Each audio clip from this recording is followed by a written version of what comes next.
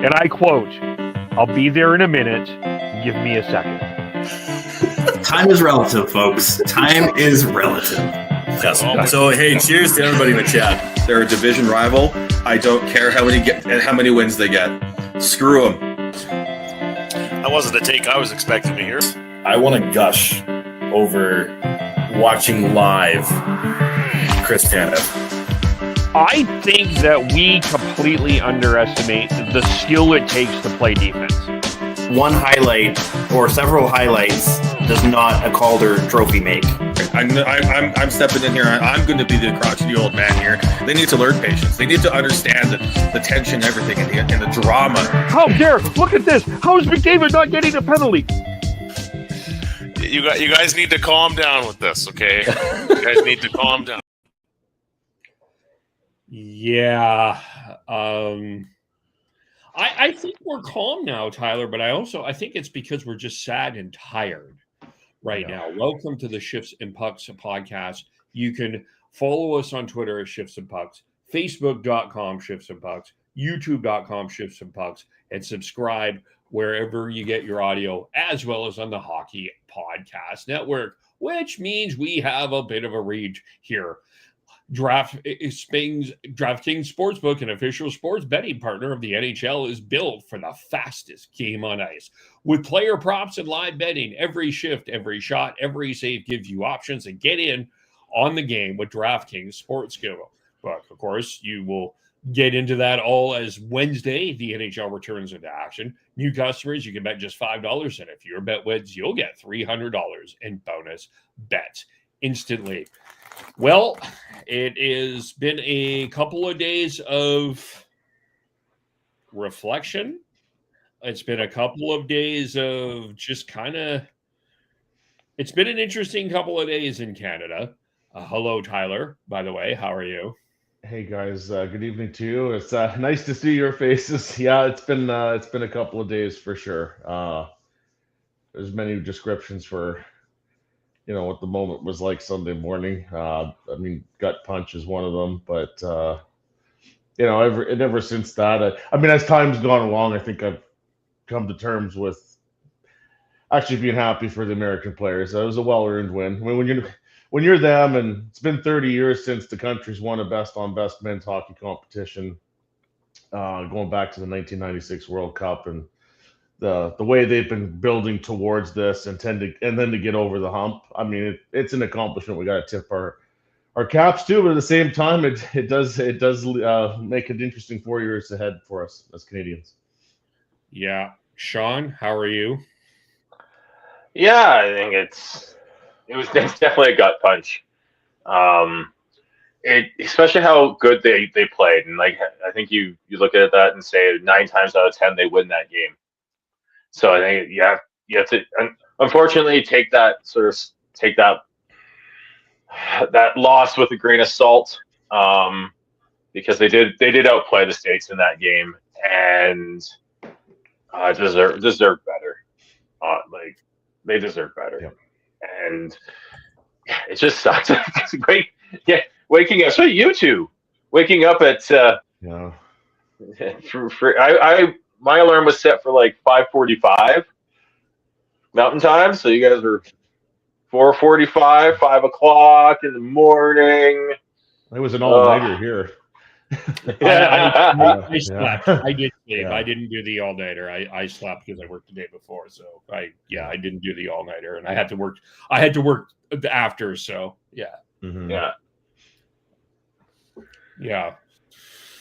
But that's what it was, and I mean it was so good for the U.S. and we'll touch on that. This just came in as we're podcasting here. Donald Trump just announced that Connor Hellebuyck will be presented with the Presidential Medal of Freedom. So we'll get into the U.S. part of this as we get into this, because I do think there's some things to talk about on the U.S. side in terms of why they won. But of course, I think in a whole, there's a lot to talk about here. They did beat Czechia 4-3 in OT in a game that I think caused a lot of Canadian nerves, especially when Sidney Crosby left the game with a knee injury around the first period. And I think as people were like, uh-oh. And then they beat Finland 3-2 on a power play, 35 seconds to go. And then they lose to the U.S. 2-1 in OT. There's a lot to break down here. I just actually, you know what? I want to ask just a quick weird question that just popped in my head, because you two are Blue Jay fans. Which was tougher, World Series or this? Oh, this 100%. Like I'm a hockey guy through and through. All other sports take second fiddle. So yeah, it's this. Yeah, the feeling of emptiness, I think, is a little harder to process with this one than it is with the Blue Jays. Fair Absolutely. enough. Yeah. Fair enough. But kind of I guess where to start with some of your takeaways. What did you guys? As I said in the intro, I think they deserve better. They were the better team for the majority of that game. And 9 times out of 10, they're winning that game. That game was won by Connor Hellebuyck. I think I tweeted out after the game that the United States of Hellebuyck, like, he stole them that game. Not only that, just playing very solid, but he made a couple really, really good saves, including the one on Devon Taves with the paddle. And Canada missing way too many empty net opportunities. Just came back to bite them in the ass. The not converting on the 5-on-3 power play to me was left me with a feeling of concern. If to actually get that kind of opportunity in a gold medal game was a surprise to me, and then to not be able to do anything with it. It just felt to me watching like it shifted the momentum over to the United States just a little bit, and that's all that it takes in a game like this. I mean, it's still amazing just how 100 miles an hour the whole viewing experience was from start to finish. If that wasn't the greatest display of hockey ever put out there, I don't know. It's awfully close. I mean, just how much it mattered to the players, man, that was on display like beyond belief. Like, we thought the Four Nations was something, and then this just went up to another gear in that gold medal game, in my opinion. Just wow. If the fact we're going to be able to get best on best competition every 2 years now is just awesome for the sport. And in a way, I guess for this to really be a rivalry with a lot of spice, I think we just got a little bit more now that the U.S. was able to pull one off against Canada. Yeah, you're right. This game was phenomenal. I mean, right from it had an intensity to this game that I think we were expecting. But when Tom Lilson laid out Dylan Larkin, this just took it to another level. And intensity doesn't have to be a fist fight. It's just the intensity of this game, the magnitude of this game. I mean, it was important. It was vitally important for both of these countries. And in general, I would agree with you that Canada controlled the play, but I got to tell you, Quinn Hughes, man, I miss watching him in a Vancouver Canucks jersey. And boy, was he was so damn good against Canada. Second best defenseman in the world. Yeah, you know what? I think he is. I honestly think he is. And I think one of the differences, I'm sorry, nobody's criticizing him enough, but Cale Makar did not have a good game. I mean, he did. He scored. He had a couple of blown. He tripped up on his feet a couple times, but the margins are so fucking razor thin. I know. I saw you post that, Kev, and like, I'm not saying you're wrong, but like, I don't think you can put the blame on anyone or just for that game, especially when you took it to overtime. Yeah, not scoring on the 5-on-3 sucked, but they still tied the game up later on in that period, and then still controlled the play for most of the third. Yeah, right. Speaking of defensemen, I mean, I think that they just leaned way too heavily on Makar. Like I think he just was playing too much. Devon Taves was the one for me that was just I mean, I feel bad for him. It was just a rough experience for him the whole game, and then he had the opportunity, and then Hellebuyck with the paddle. But I mean that's the one game where regret and feeling haunted from how this game went. I mean that. Boy, I wouldn't want to beat Devon Taves, to be honest. But I'm with Sean. I mean, finger pointing at any but one player here is. Well, and we're not saying you did that. That would be a good idea. Yeah. There was another player that's getting a bit of a finger pointing that I defended as well. Yeah. So we'll get to him in a moment. But I also think that a lot of people, if that was, and I'm not defending him because I don't think he should have been on the team. But if Evan Bouchard got blown out by Boldy, that there would have been a ton of tweets about that. So I'm just saying, I don't think it was his greatest game, but that's okay. I think Quinn Hughes was outstanding. I think that the other thing that people didn't really talk a lot about is U.S. went that entire tournament not allowing a power play goal. Yeah. And they deserve some credit for that. I mean, the big question coming in is they didn't bring Robertson, they didn't bring Caulfield, and they didn't bring who the hell was the other guy that everybody was talking about? DeBrincat. They didn't bring any of those guys, and they brought in JT Miller and Vincent Trocheck, and man, they did their job. They did exactly what they needed to do. I give them full credit. Again, go to the intro, folks. I know that people think that offense is the only skill, defense is a skill, and they did a phenomenal job the entire tournament. So I give them a ton of credit. But ultimately, it comes down to 3 players were missed for Canada. Crosby, and I mean the entire nation hyperventilated when he left the ice against Czechia.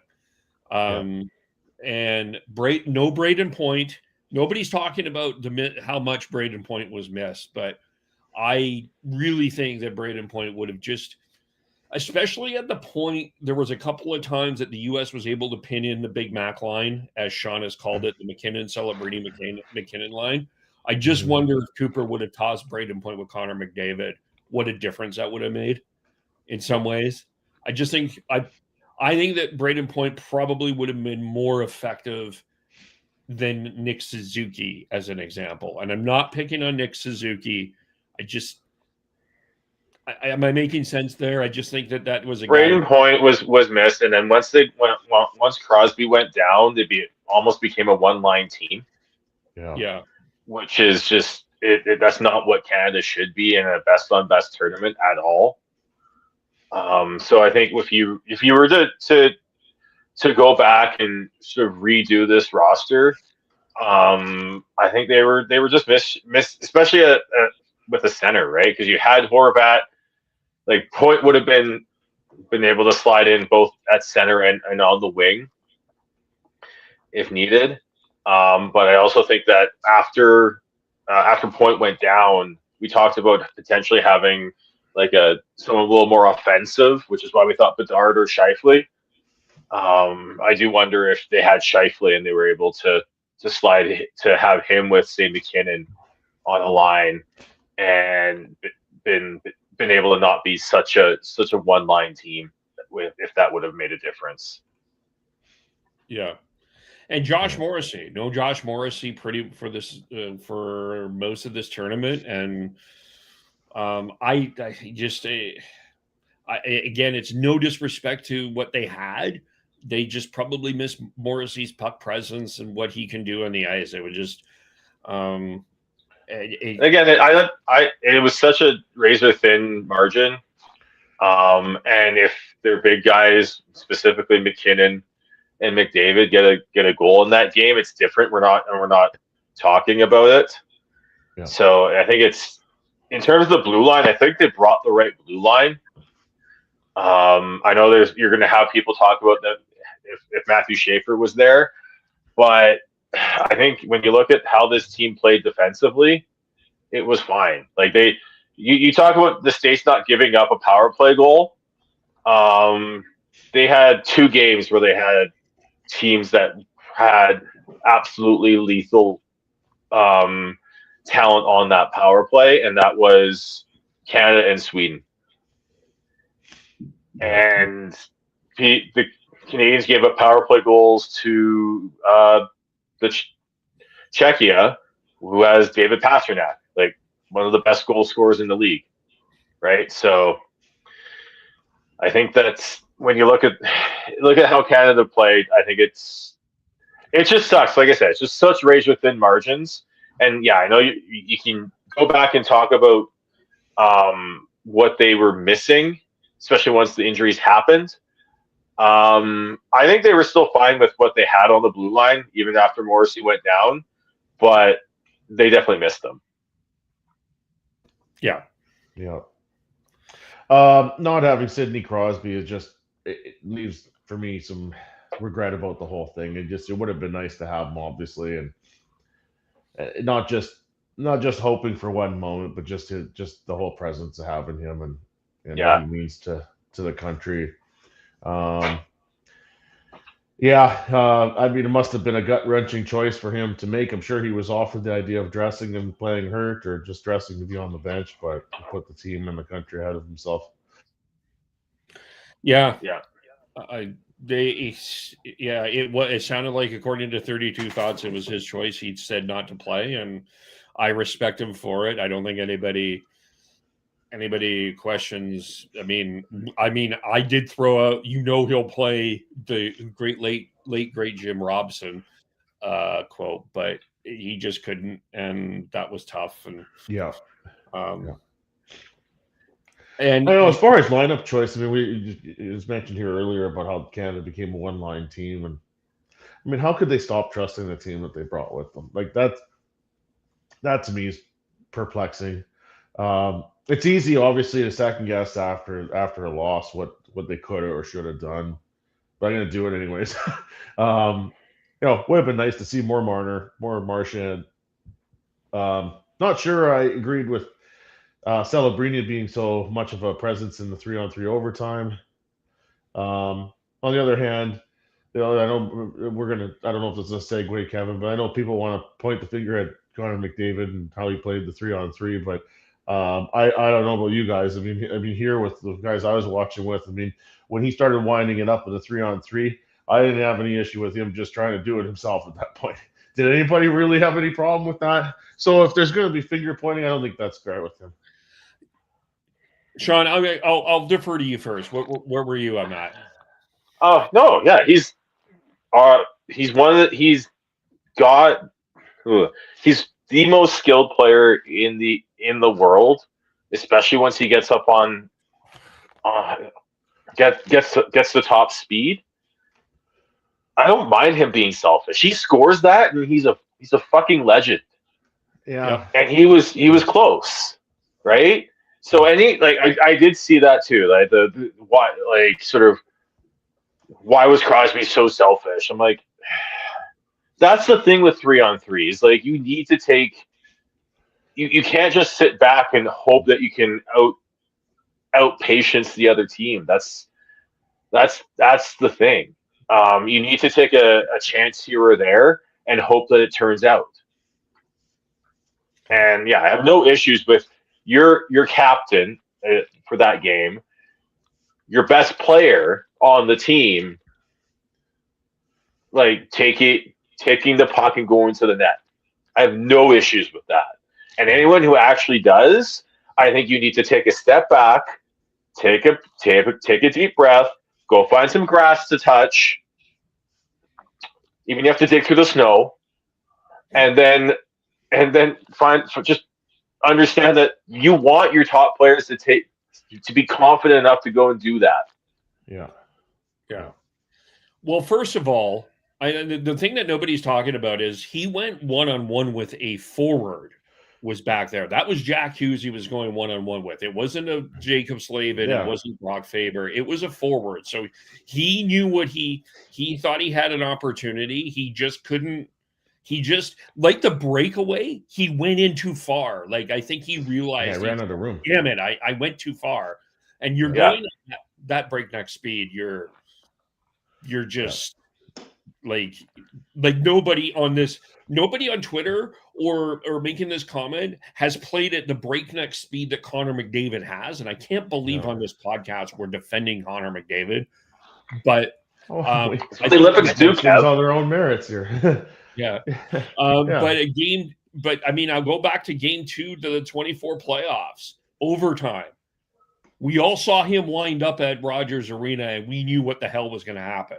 So, again, I just want to point this out because I posted this. 42 points in 25 playoff games in 24. He came back from a 3-0 deficit to the Florida Panthers and forced a Game 7, which has only been done once, by the way, in the history of the Stanley Cup Final. 33 points in 22 games in playoffs in 25. An Olympic record, 13 points. Game winner in the Four Nations. To suggest that Connor McDavid isn't clutch is bombastically idiotic. Sit down. Seriously. Sit your ass down if that is your thought. I can't even believe this is a conversation that people on regular sports talk stations are talking. Seriously. Sit down. Come on. Yeah. I mean, we talk about this all the time in our group chat all the time. Mostly me bringing it up, but if sports media are saying that on talk shows and all that, that's placating to the emotional fan. That's placating to the people who cannot get over and take a step back, take a breath, go touch some grass, and understand and look at the facts. Like he's a hell of a player. We've poked fun at him. We've poked holes in his defensive game at times on this podcast, but offensively, there's no one better. And it's not like he does not wilt when the game gets tough. No, he doesn't. No. And I'm just going to point something out here. He's been in more finals than Nathan McKinnon. Yes, McKinnon has a cup, but he's been in more finals than McKinnon. Yeah, just going to point that out. And again, if McKinnon hits the open net, we're having an entirely different conversation right now about Connor McDavid. So, well, it's you were either going to have the he's not clutch conversation about Austin Matthews, or you were going to have the conversation about he's not clutch with Connor McDavid after that gold medal game. Yeah. Let's before we get into the 3 versus 3 OT argument here, I gave credit to Quinn Hughes. Actually, also got to give credit to Jack Hughes too. Not only scoring the goal, but he defended McDavid really well. I thought Austin Matthews was pretty solid too defensively. I thought, I mean, he didn't score a big goal or anything like that, but I thought he was pretty solid. Any other things from the U.S. that we need to take away from in terms of? It was, it was fascinating listening to Connor Hellebuyck talk afterwards about how he was feeling that day. I'm probably as relaxed as he's ever been for a big game, and he was able to flush all the bad memories of past big games with the Jets and last year in the Four Nations final and reset, and it's an all-time performance. That's what you need to win a game like this, and credit to him. He turned in an outstanding performance. Yeah, I mean, you guys sort of said it. I'm probably the most emotional out of all of us here, and I'm still a little bitter, and I just can't really do it other than Connor Hellebuyck stole it. Like that's how I look at it. Connor Hellebuyck stole it. Like it was there for Canada. It was there for Canada, and it wasn't just one moment. It was a few moments where it was there for them. Yeah. Deflated is the word I used with my coworkers yesterday when I was asked about this whole thing, and it might be a little while before I'm not a little bit deflated still. It's these kinds of losses take a while to process. Yeah, it's tough. It's tough. I think it's one, and it's one thing to lose in a good game to a good opponent, which is what that team was. It's another one to lose to a rival, and a rival that does not know when to shut up. I think that's probably the part of the problem too. Yeah, there is part Yeah. of that. Yeah. Okay, yeah. Like the mouth breathers that have explained that the US now owns hockey, shut up. Well, that's Shut- their opinion. Yeah. Yeah, You have I mean, won it's- one gold medal in 50 years and you own hockey? Shut up. Yeah. We Yeah. won the Four Nations last year. I know everyone like it. It's easy to call that a made-up tournament, and it doesn't really count. Well, I mean, Did we forget about how good that hockey was? Let alone 3 fights in 9 seconds. Yeah. Yes, they were a little bit staged fights, but does that not tell you how much that meant to the players on the ice? Yeah. I think we need to start listening to the players when it comes to stuff like that, and what matters to them, as opposed to just your sort of anti-capitalist or like anti-establishment hipster sort of it's just about making money type Well, of course feelings. It is. Of course, Yeah, of course it is. Best Olympics is not about making money here. Like, please. Like, seriously. Yeah, I mean, part of the legacy of this U.S. team. I mean, this is only the third time that the Americans have won this competition, and the last time was the Miracle on Ice. And I mean, look at what that has done for American hockey. I mean, that's what everybody was hanging their hats on. Now a new generation has this to hang their hats on in a best on best competition. It can only do good things for the sport in the United States going forward. I mean, is it going to dramatically boost ratings? No, but long term, I've seen a few of those videos floating around, kids playing minor hockey somewhere in North Carolina, and they're all coming together celebrating the win. I mean, that's what it's about long term in terms of legacy and this win and yeah, I mean all those things. This is why the players fought to be there. It because of how much it means to them, right? Like they were willing to have labor strife over it to get this, and they weren't there for 12 years because Gary Bettman and the owners so stubbornly said no, we can't do it, and they finally relented because they wanted to have labor peace. And that's why there was the Four Nations too, because they wanted best on best, and they with the political backdrop of things going on around the world, they couldn't do a full World Cup at that point. Yeah. So they did the Four Nations. Yes, like I think if you're going to do it again, I think we're looking at probably 6 nations, 7.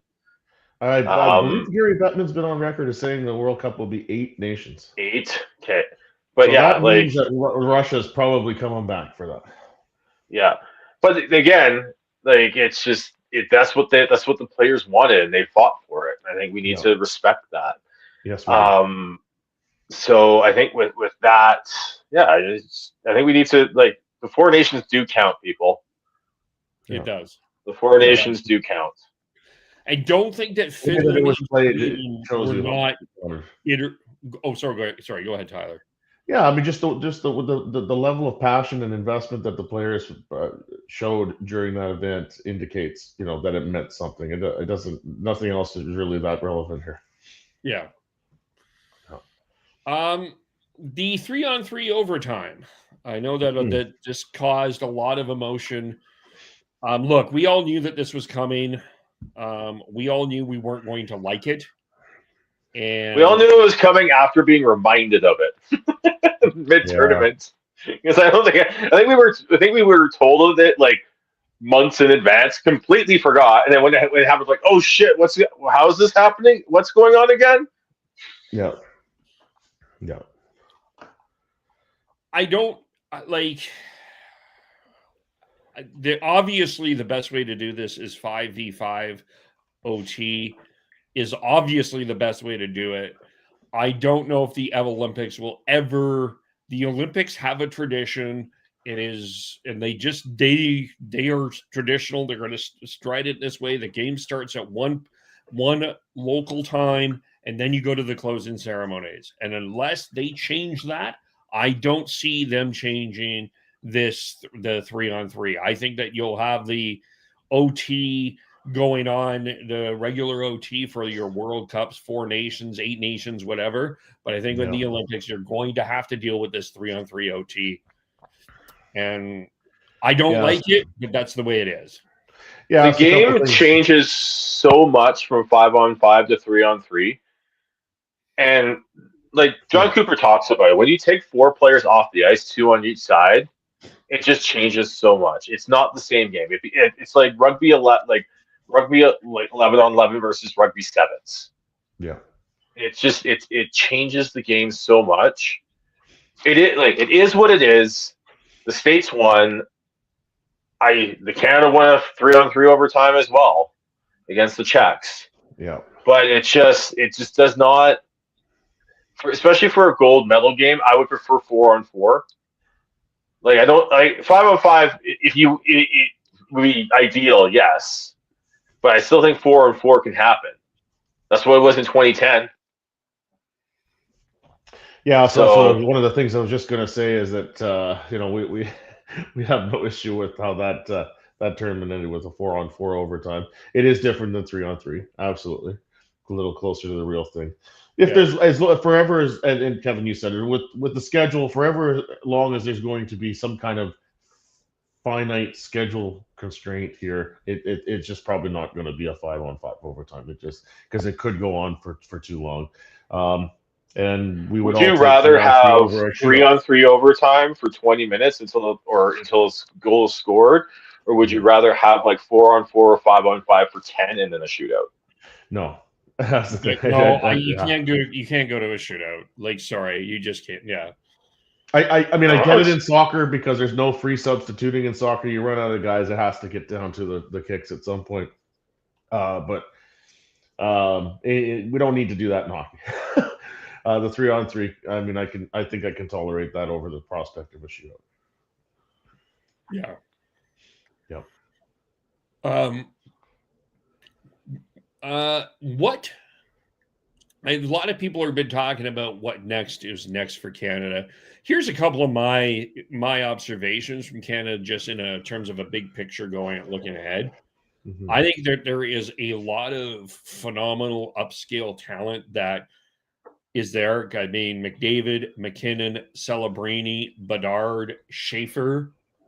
What concerns me going forward is after that.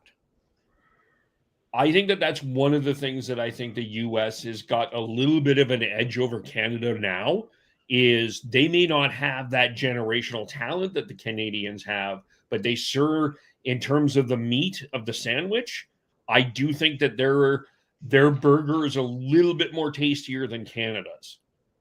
Disagree. Beckett Seneca, Adam Fantilli, Dylan Guenther, Wyatt Johnston. We're going to get Gavin McKenna coming up. Like, I'm sure there's other players I've missed. Like, that was just the forwards. You've got Noah Dobson, Brant Clark, Bowen Byram. You've got Sam Dickinson coming up as well. Verhoff coming out of the draft this year. Like, there's a lot of still very good players coming up. And they're going to be just as good, just as effective as a lot of what the States have.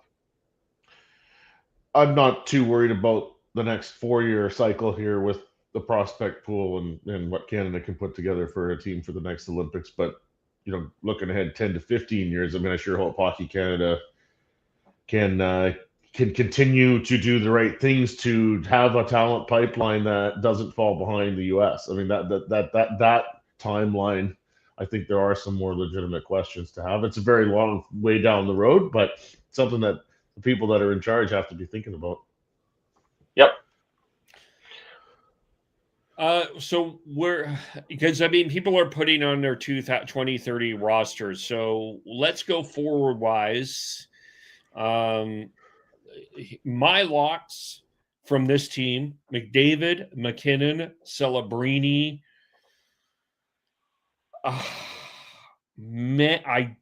Maybe Seth Jarvis. Marner. Yeah, Marner should be fine. And I thought he played really well in this tournament, by the way. That was just on a sidebar. That pass to Devon Toews for the save was just unbelievable. Yeah. Holy smokes. It was an incredible pass. And then the overtime winner versus Czechia. Yeah. Holy smokes. He had a quietly really good tournament. I know nobody likes him, but Kevin, lots of people like him. These fans don't. These fans don't like him. Sorry, Devin. Sorry, Mackenzie. Yeah, he was. I thought he was really good. My Jarvis. Crosby. Is Crosby back? No, he's moving 42. I doubt it, but I wouldn't bet against it. If anyone's going to do it, it's going to be him. But you can't put him as a lock. No, fair. Yeah. I said this off air as Kevin and I were rattling off names. I think Braden Point will be there. Oh yeah. He'll be in the Mark Stone. He'll be the Mark Stone of that team, the one who thought that his Olympic dream was done, and he'll find a way, and he'll be very. And Mark Stone had a very good tournament too. Yeah, I thought he did. Yep, he shorthanded goal. That line of Marner, Stone, and Crosby was just such a nice all-around line.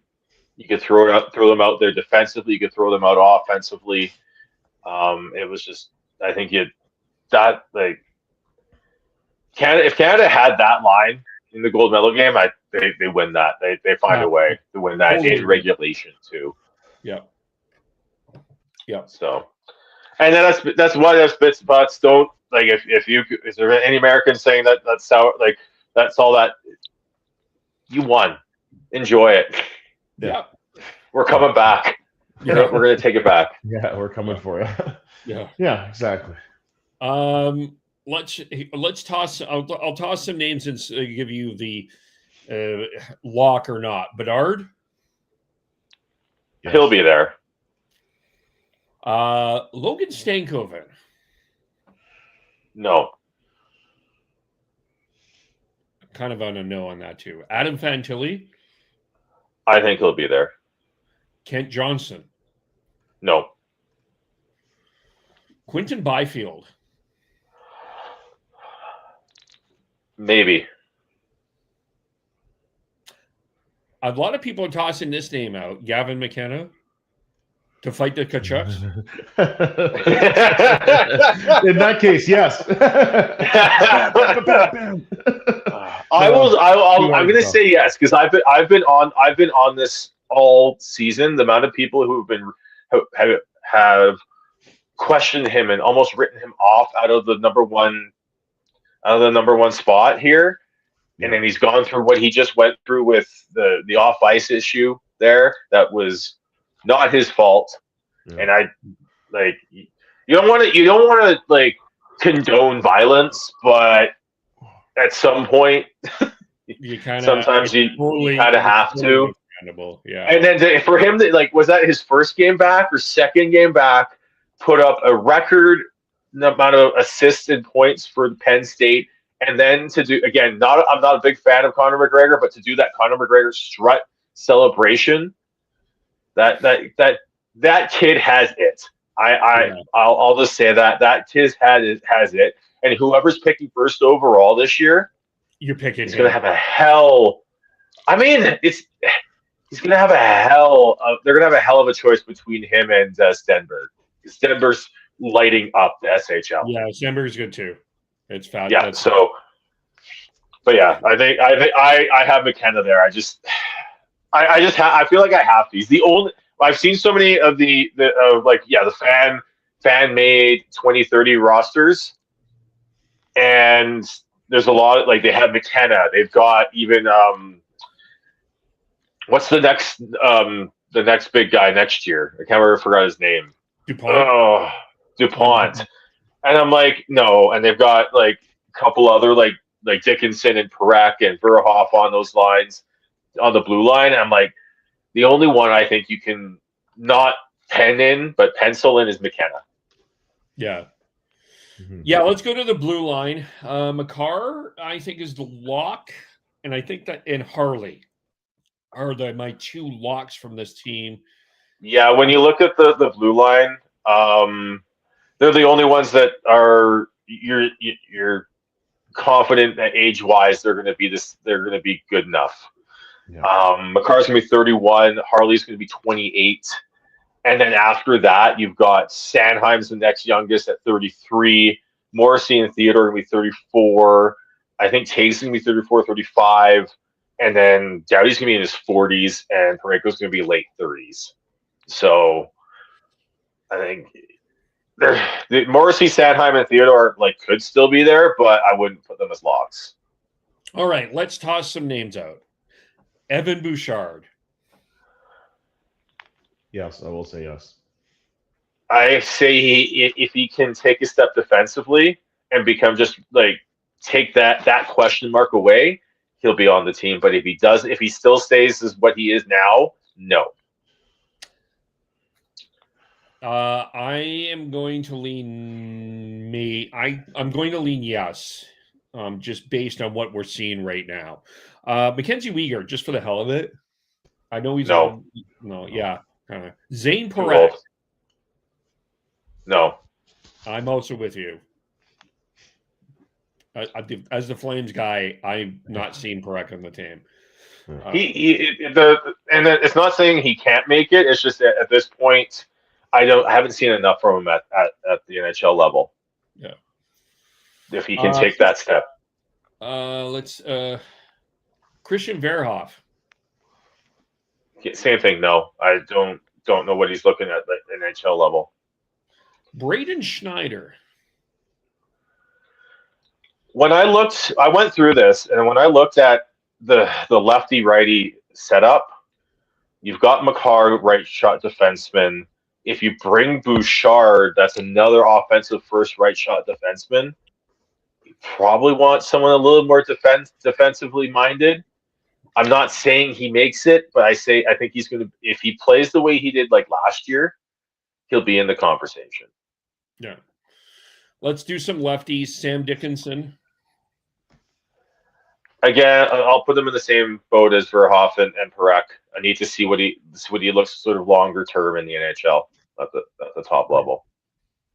I'll toss another name into the conversation that nobody's talking about, but I wonder about. It's Caden Goulet in Montreal. I think he needs to be a little bit healthier, but but he's that Travis Sanheim kind of guy, right? He does bring a little bit of sandpaper to the game. And I'm not seeing a lot yet in terms of Canadian defensemen that have some of that. So just that's one other guy I'm thinking about. And I'm just going to go through my head. Am I missing anybody? Noah Dobson. Yeah, Noah Dobson. I think Dobson's a lock next year or in 2030. And there's also Brent. And then we were talking 2030, but I think we also need to think about 2028 and the World Cup. Yeah. Yeah, that's true. Yeah. Yeah. So, Brent Clark. Not a lock. He'll be in the conversation though. Yeah. And then a little bit on the older side, I want to throw one name in here. Actually, there are a couple more younger guys before I do that. Owen Power. Yeah, that's another. Yeah. And Bowen Byram as well. Yeah. See, this is why, you were talking about sort of that the middle of the sandwich. This is why, especially on the blue line, I think they're fine. They may not have who knows who pops here, and all that, but they still got some solid defensemen. And we still have some solid defensemen in Canada. And then the other name I want to throw out there is Thomas Chabot. Yeah, it's an interesting name. He'll be 32. He's kind of fallen off that Ottawa appreciation post too, but yeah, I mean, I think that's it's the shiny new toy. Jake Sanderson's there. Yeah. Yeah.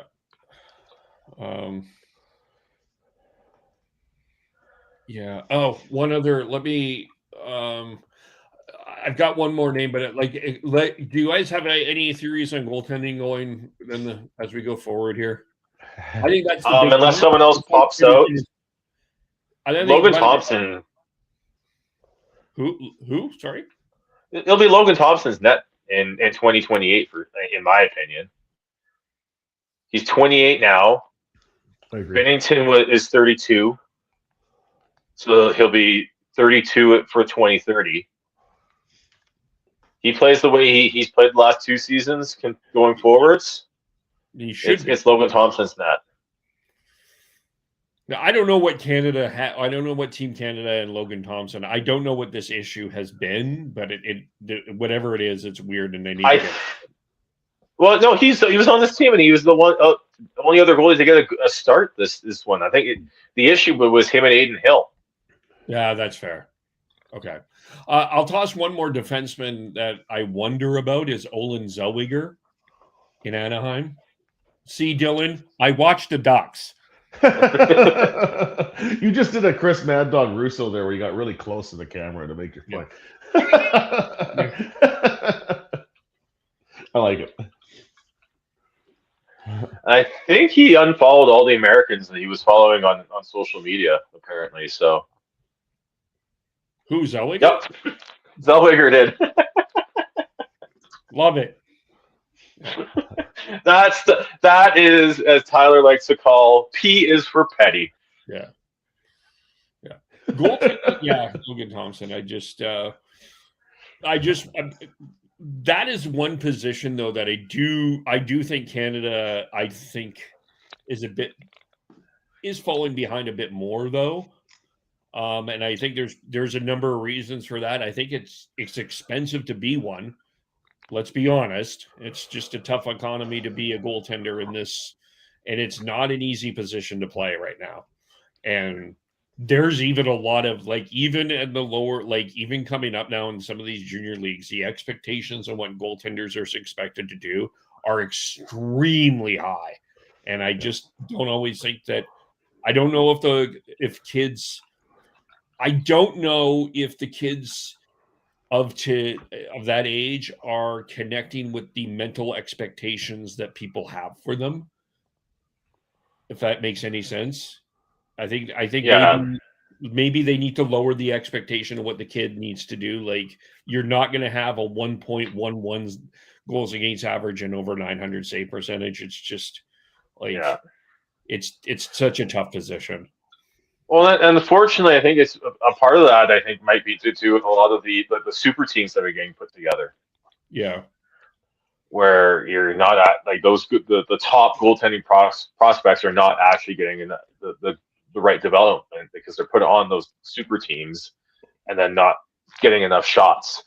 But in terms of goaltenders under 26 that are that we can look at, because I still think it's Logan Thompson's net. Yeah, we've got Jet Greaves, who's played solid this year in the NHL. Joel Hofer with St. Louis. I still want to see what Devin Levi's got in the next couple years. Can he pop?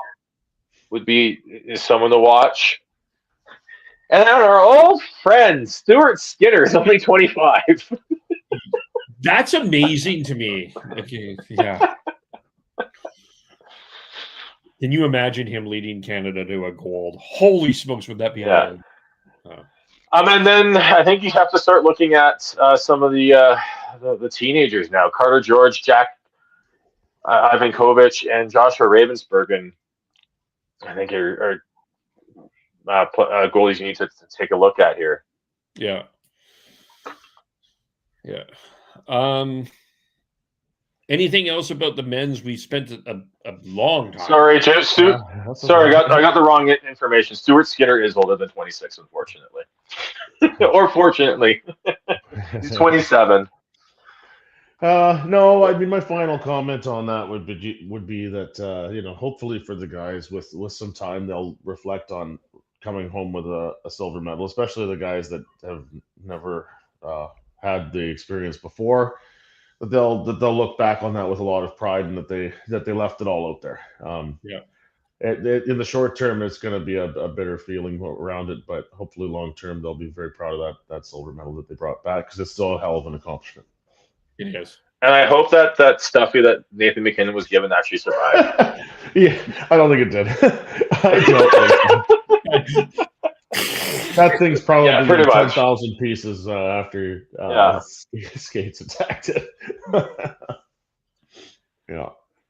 All right. Download the DraftKings Sportsbook app and use code XXX. That's code XXX to turn $5 into $300 in bonus bets if your bet wins. In partnership with DraftKings, the crown is yours. Gambling problem? Call 1-800-GAMBLER-New York. Call 877-8-HOPE-NY or text HOPNY. Connecticut, call 888-789-77 or visit ccpg.org. On behalf of Boot Hill Casino in Kansas, wager tax pass through may apply in Illinois, 21 plus in most states, void in Ontario. Restrictions apply. Bet must win. Bet must win to receive bonus bets, in which expires in 7 days. Minimum odds required. For additional terms of response gaming resources, see dkng.co/audio. Limited time offer. Copyright 2026. NHL. All rights reserved. The women's played as well, and they beat Switzerland 2-1 in a game. They outshot Switzerland 42-8. And they had, after the U.S. pounded the hell out of them in the round robin 5-0, and the U.S. only allowed one goal for that entire tournament, Canada women, I thought, gave the U.S. women, a younger, faster team, a hell of a run against the U.S., and they just came up just a little short. I mean, I think we're all very proud of the Canadian grit shown by our ladies, and it was helpful to have Marie-Philippe Poulin back. But yes, eventually the age disparity there and the speed disparity was going to be an issue. Yeah, I mean, Marie-Philippe Poulin there's probably maybe 3 players in hockey that I respect as much as her, and they're Sidney Crosby and Chris Tanev. The fact that she gets on a gurney with the goalie to get out and play, her emotion in the Switzerland game, I'm sorry. With all due respect to Hayley Wickenheiser, Marie-Philippe Poulin is the greatest woman to play this game of hockey. She set the goal record for the Olympics over Hayley Wickenheiser during this. I don't know what you guys have to say, but it starts with her. I hope she's back in 2030 as well. We'll see what happens here going forward. Who kind of becomes the next sort of face and leader of the program. It's going to be hard. It's a tough act to follow with how many moments she's had and how clutch she's delivered in the biggest games. But hopefully there is a succession plan there for Hockey Canada.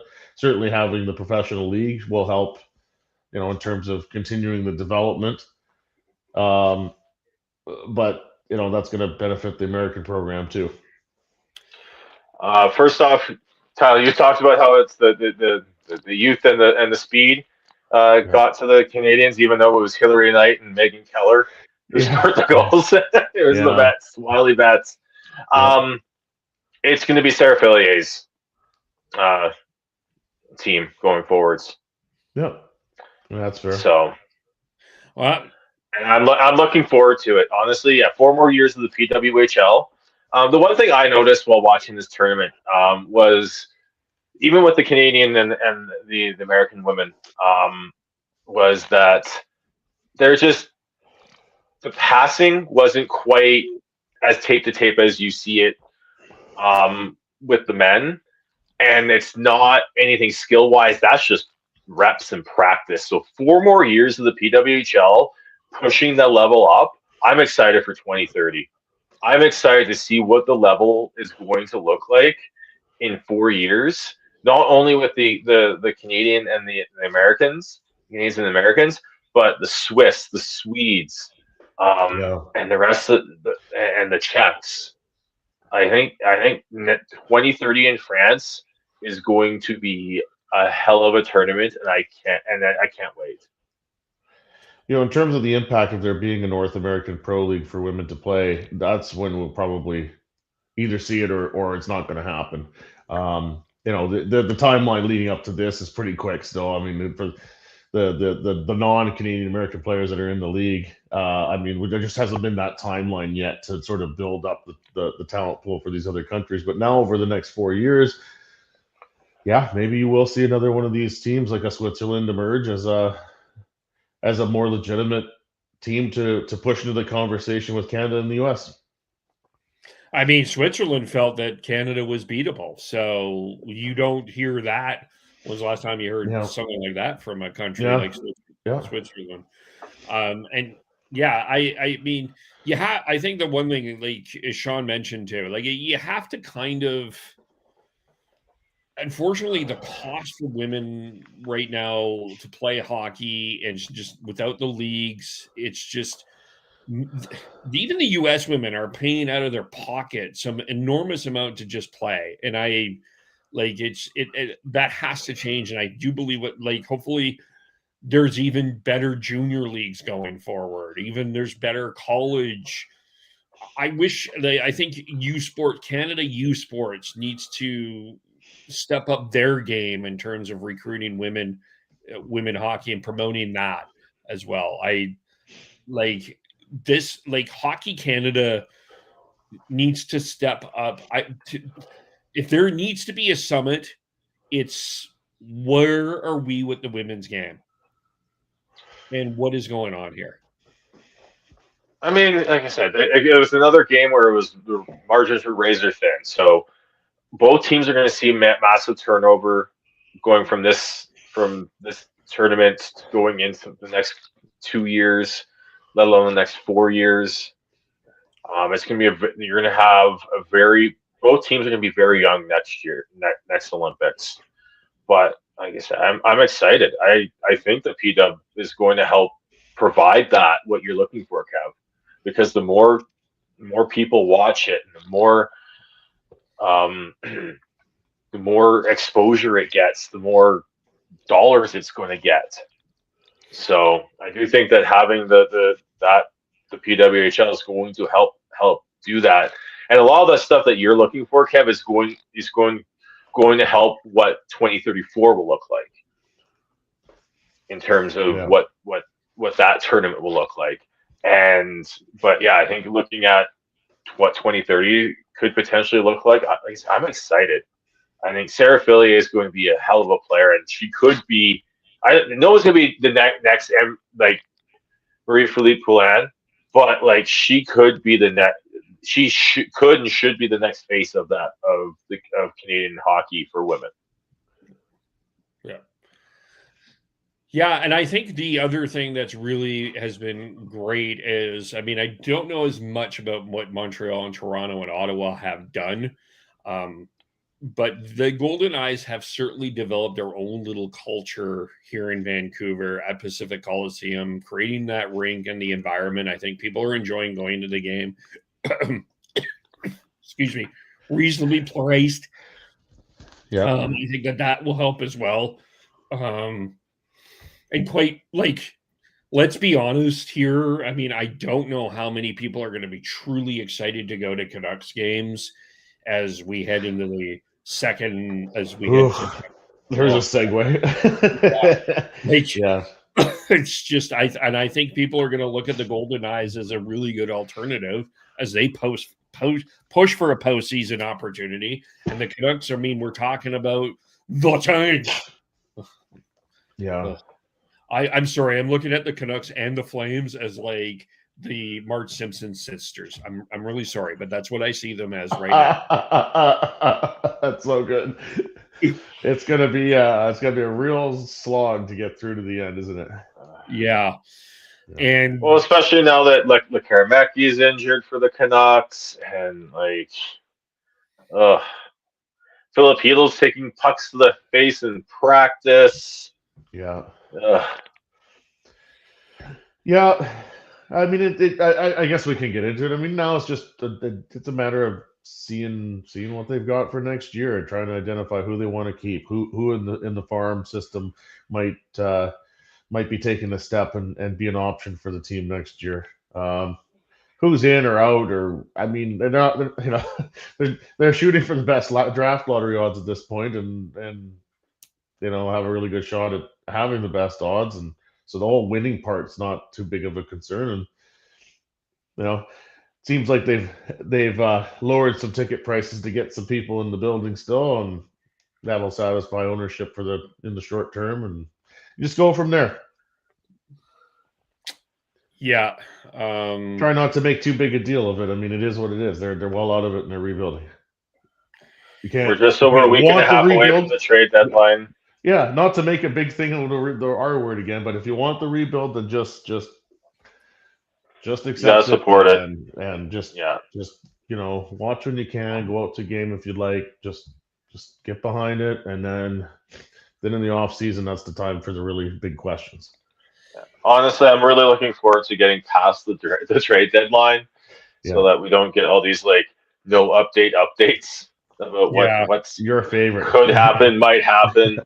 Like we even got one like right after the gold, like on Sunday, from Thomas Drance about how the Canucks don't have a trade lined up in the for the roster piece. I'm like, thanks for telling us nothing's happening, Thomas. Maybe he had some people asking him if there was. His bosses to prove that he's actually working. Well, it's a valid point, Sean. We've had that conversation. I guess the things I'm looking forward to is I'm looking forward to seeing. I'm becoming a really big fan of Tom Wielander. I really want to. Really want to see his development, and I've said this before. Z Beam is the best defenseman that was drafted in the Zane Parekh draft, and I am really looking forward to seeing what this guy can bring. And I really like his personality as well, which I think has been something that the Canucks have lacked in a lot of ways. Just some personality, a bit of a smile, and I'm hoping Marco Rossi can come back too. I think I'm looking forward to see what he can. And honestly, like Liam Ogren has looked pretty good. I've really liked like all in all, that trade with the Wild, they didn't get the best player. It's tough to say that you won the trade, but you came away with some pretty good pieces coming out of that. That's, you're going to miss Quinn Hughes forever, but didn't want to be here. They had to make the move, and they got arguably one of the best defense prospects or young defensemen. Like he's only a rookie, as well as like Ogren looks like he could be a diamond in the rough. Let alone what they get with the first round pick this year, and Rossi. Like you couldn't have asked for. I don't think you could have asked for realistically a better return. Honestly, like the more I look at it, I think that's the case. Yeah. Anything else we need to talk about? No. No. It's been a couple of weeks here, that's for sure. It's coming at you fast and furious, and you mix that in with all the other Olympic things going on and our day-to-day lives, and it's been a lot lately. It has been. It'll be nice to get back into the sort of the usual flow of things, and we'll look forward to the World Cup of Hockey in 2028 and see what Canada's got for that. Yeah. That'll be interesting to know. Like if Gary is not going to retract what he's put on record, he never does. If it is going to be 8 nations, have to wonder those last couple who they might be. Switzerland, I think, is part of the conversation based on how they did at the Olympics. I think And you wonder Slovakia where has to. Slovakia's got to be in, I think. Well, I think you're adding Czechia and Slovakia for sure. Yeah.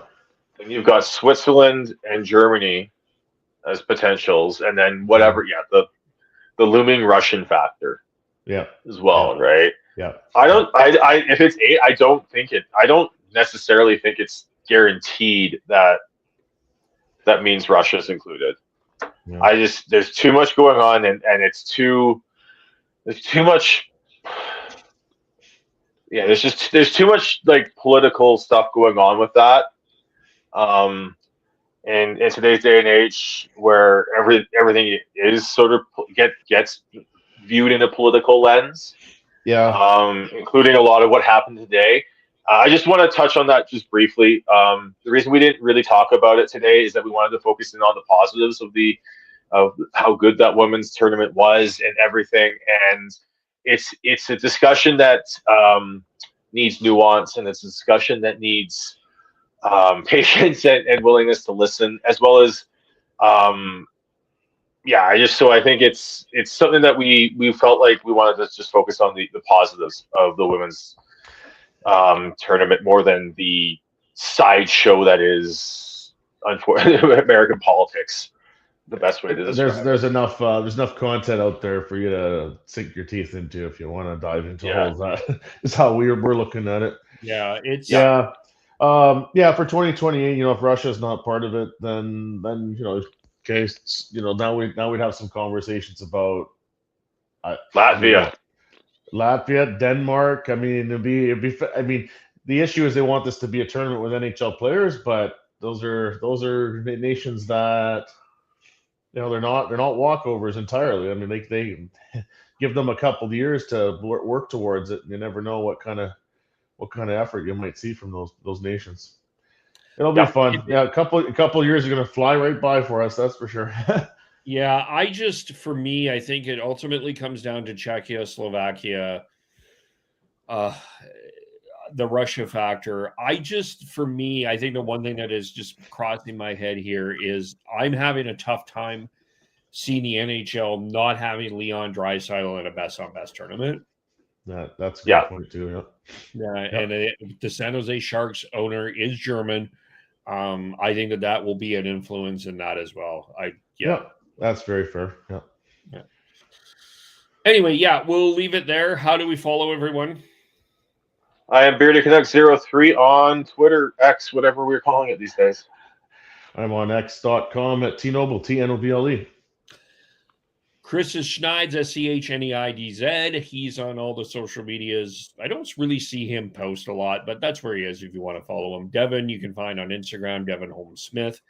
I am KEVOLE on all social medias. And again, we are on Facebook.com, YouTube.com. Subscribe wherever you get your audio, and as well as on the Hockey Podcast Network. Thanks, everyone, for watching. Thank you for listening, and we will talk to you all very soon. Bye for now.